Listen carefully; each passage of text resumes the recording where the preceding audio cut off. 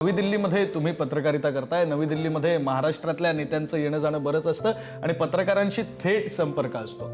अजित पवार हे कॅमेरावर दिसण्यापेक्षा किंवा राजकारणात असण्यापेक्षा ते माणूस म्हणून कसे होते याविषयी दिल्लीतले पत्रकार अधिक चांगलं सांगू शकतील। शिवाजी, अजितदादांनी जेव्हा हे ऑपरेशन करणार होते तेव्हा देखील आम्हाला स्पष्टपणे सांगितलं होतं की आम्ही जाणार आहे आणि त्यांचं म्हणणं असं होतं की दिल्लीतील पत्रकार हे काही गोष्टी पोटात ठेवतात आणि अनेक पत्रकारांना त्यांनी त्यांच्या खास शैलीमध्ये अरे तू माझ्या मामाच्या गावचा आहे, मी सांगितलं मी अहिल्यानगरच्या तिकडचा आहे, तर त्यांनी सांगितलं की माझ्या मामाचं गाव आहे, एकाने सांगितलं की मी धाराशिवचा आहे, तर तू सासरचा आहे म्हणे माझ्यात। तर दिलखुलास व्यक्तिमत्व, राजकारणाच्या पलीकडे जाऊन गप्पा मारण्याची हातोटी आणि सगळ्यात महत्त्वाचं म्हणजे जी गोष्ट सिरियस आहे त्या गोष्टीला सिरियस घेणं। इथे अमित शहांना भेटण्यासाठी जेव्हा यायचे तर तेव्हा भेटीगाठी व्हायच्या आणि सरळ सांगायचे की जेव्हा पार्थ पवार यांच्यावरती जमीन घोटाळ्याचे आरोप झाले होते तेव्हा खरं तर त्यांना अमित शहांना भेटायला चाललोय हे सांगायची गरज नव्हती। या ठिकाणी महाराष्ट्र भूषण पुरस्कार सुतार यांना जाहीर झाला होता आणि त्यानंतर त्यांना विचारण्यात आलं की दादा तुम्ही तिघं एकत्र आहे, कुठे जाणार आहे? त्यांनी दिलखुलासपणे सांगितले हे दोघं कुठे जाणार मला माहित नाही, म्हणजे एकनाथ शिंदे आणि देवेंद्र फडणवीस हे कुठे जाणार मला माहित नाही, मी तर चाललोय अमित शहांना भेटायला। म्हणजे त्यांनी स्वतः सांगितले या सगळ्याच्या पार्श्वभूमीवरती मी भेटीसाठी चाललोय, कारण अजितदादांच्या पोटात आणि ओठात एक म्हणजे असं वेगळं काही नसायचं। दादा हे दिलखुलास असायचे, सतत सगळ्यांशी बोलायचे।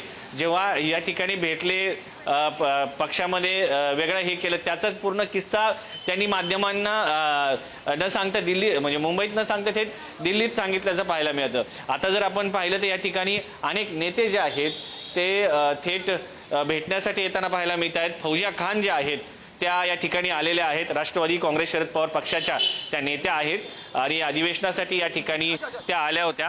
तर आता बातमी येते, तुम्ही काय मला काय माहिती मिळाली? मी पर टीव्हीवरच बघितलेलं आहे, मला आता सध्या काय माहित नाहीये। टीव्हीवर बघितले, मी आता आतमध्ये जाऊन बघते काय आहे। हो जाणार आहे। ताई मराठीमध्ये अजित पवारांचं निधन झालं असं कळतंय, काय माहिती आहे? मला काहीच माहिती नाही, मला आताच टीव्हीवरती कळलं आणि मी डायरेक्ट इथे आले। ओके, काही माहिती आहे आपल्याकडे मॅडम? नाही, कोणाशी बोलणं झालेलं नाहीये। आता मी डायरेक्ट इथे आले, आता बघते आतमध्ये काय आहे। सुनेत्राताई यांनी पार्थ आतमध्ये आहे, मी भेटले जाऊ।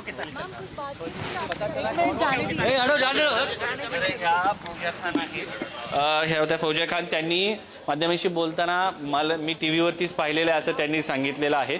एक महत्त्वाचा मुद्दा हा आहे की काल जेव्हा सर्वपक्षीय बैठक होती तेव्हा राष्ट्रवादी काँग्रेस पक्षाच्या वतीनं शरद पवार यांच्या पक्षाच्या वतीनं त्या उपस्थित होत्या। सुप्रिया सुळे काल रात्री उशिरा दिल्लीमध्ये पोहोचल्या।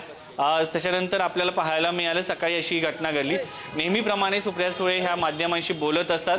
निशिकांत दुबे हे आत गेलेले आहेत। त्यानंतर आता आपण पाहिलं असेल की फौजिया खान या ठिकाणी पोहोचत आहेत। राष्ट्रवादी काँग्रेसच्या नेत्या आहेत आणि राज्यसभेच्या खासदार आहेत। सुनेत्रा पवार यांच्यासोबत त्या राज्यसभेमध्ये असतात। दोन्ही पक्षाचे नेते भले दोन्ही वेगळे झाले असेल कुटुंब म्हणून ते एक आहेत। आज आपल्याला या घटनेनंतर पाहायला मिळत आहे पवार कुटुंब हे कायम एक राहिलं।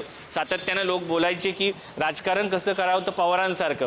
भले एकमेकांना ज्या पद्धतीने आरोप प्रत्यारोप झाले, मात्र दिवाळी असो सण समारंभ असो कुटुंब म्हणून सातत्यानं शरद पवार अजित पवार हे नेहमी सोबत राहिले आणि सगळं काही कुटुंबासाठी असतं। जेव्हा पार्थ पवार यांच्यावरती आरोप झाले तेव्हा सुप्रिया सुळे सगळ्यात पहिल्यांदा पुढे येऊन सांगितलं की मी पार्थला ओळखते। तर अशा परिस्थितीमध्ये कुटुंबाची जबाबदारी म्हणून पवार कुटुंब हे नेहमी सोबत राहिले आहे आणि फक्त पवार कुटुंबच नाही तर बाकी देखील जे सदस्य आहेत कुटुंबातील जे इतर लोक आहेत त्यांनी कधीही शरद पवार यांच्याबद्दल अत्यंत खालच्या याच्यावरती जाऊन किंवा अशा पद्धतीची टीका केली नाही, कारण त्यांचा आधारवड म्हणून शरद पवार राहिले होते। तर पवारांनी या सगळ्यामध्ये जे राजकीय संस्कार भिनलेले आहेत पवार आणि राष्ट्रवादी या सगळ्या याच्यामध्ये तर ते कायम असल्याचं आपल्याला पाहायला मिळतं।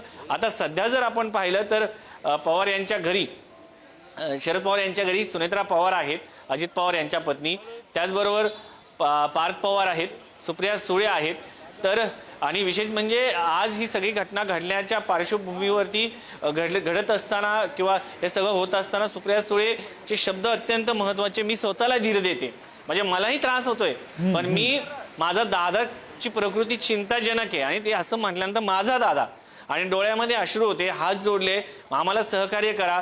पार्थ पण तिथे बाजूला होता, पार्थचे डोळ्यामध्ये पाणी होतं, तो शांतपणे उभा होता.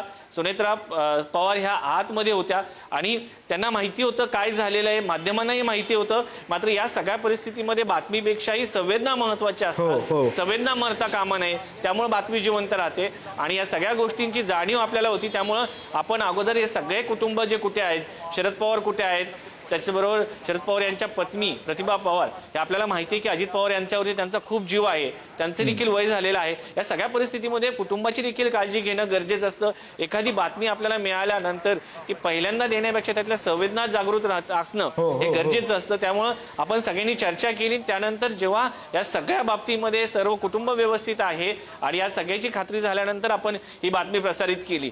तर संवेदना महत्वाच्या आहेत. त्याचबरोबर अजित पवार यांच्या जाण्यानं पवार कुटुंबाचं नुकसान आहेत, पण महाराष्ट्राची जाण असलेला, महाराष्ट्राची खडा ना खडा माहिती असलेल्या नेत्यापैकी अजित पवार एक आहेत आणि प्रशासनावरती प्रचंड पकड, प्रशासनाबद्दल माहिती, प्रश्नांची जाण, कोणता प्रश्न कशा पद्धतीने सोडवू शकतो, या सगळ्याबद्दल अजित पवार जे आहेत अत्यंत चाणाक्ष, हुशार आणि एखाद्या प्रश्न हाताळण्याची त्यांची क्षमता ही अत्यंत उच्च कोटीची राहिलेली आहे.